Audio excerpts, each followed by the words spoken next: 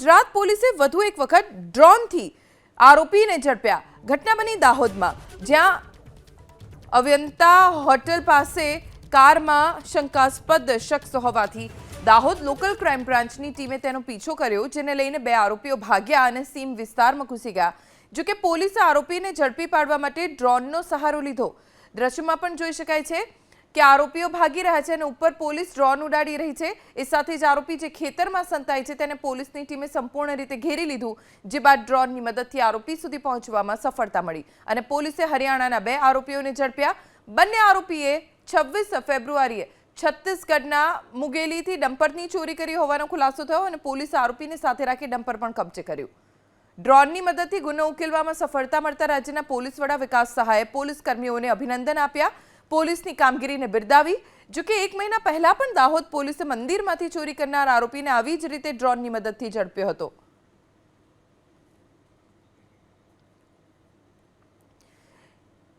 જે drone visuals છે આરોપીને પકડવાના એ પણ પોલીસે જાહેર કર્યા છે. 40 સેકન્ડના ડ્રોન વિઝ્યુઅલ્સ છે. ડીજીપી ઓફ ગુજરાત વિકાસ સહાય, જેમણે આ વિડીયો મારફતે ડ્રોન મારફતે આરોપીઓને પકડનાર પોલીસ કર્મીઓને બિરદાવ્યા, તેમની કામગીરીની સરાહના કરી.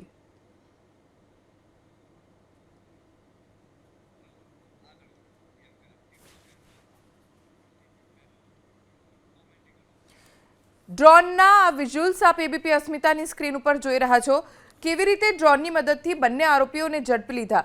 જ્યાં પોલીસ કર્મીઓ ભરચક ખેતરમાં જઈ ન શકે, આવા ભરચક ખેતરમાંથી તેમને શોધવા કેવી રીતે, જ્યારે ડ્રોનની મદદ લીધી તો આરોપીઓનું એક્ઝેક્ટ લોકેશન ક્યાં છે એ પોલીસને ખબર પડી અને ત્યારબાદ ચારે તરફથી પોલીસે આ આરોપીઓને ઘેરી લીધા. આરોપીઓ બહાર આવે તેની જ રાહ જોવાઈ રહી હતી.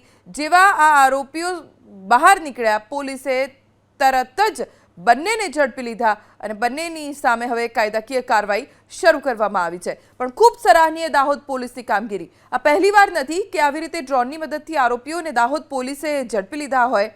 હવે ગુજરાત પોલીસ ટેક સેવી બની ગઈ છે. ટેકનોલોજીની મદદથી કેવી રીતે આરોપીઓ સુધી પહોંચી શકાય એ દાહોદ પોલીસે વધુ એકવાર પુરવાર કર્યું છે. 1 મહિના પહેલા પણ દાહોદ પોલીસે મંદિરમાં ચોરી કરનાર આરોપીને ડ્રોનની મદદથી ઝડપ્યો હતો અને દાહોદ પોલીસની આ જ કામગીરીને ડીજીપી ઓફ ગુજરાત વિકાસ સહાયે પણ બિરદાવી છે. આખી ટીમને અભિનંદન આપ્યા. કેવી રીતે આખું ઓપરેશન પાર પાડવામાં આવ્યું અને ટેકનોલોજી ઇન એક્શન એમ કહીને ગુજરાત પોલીસ ઇન એક્શનનું ટેગ પણ ડીજીપી ઓફ ગુજરાતે આપ્યું.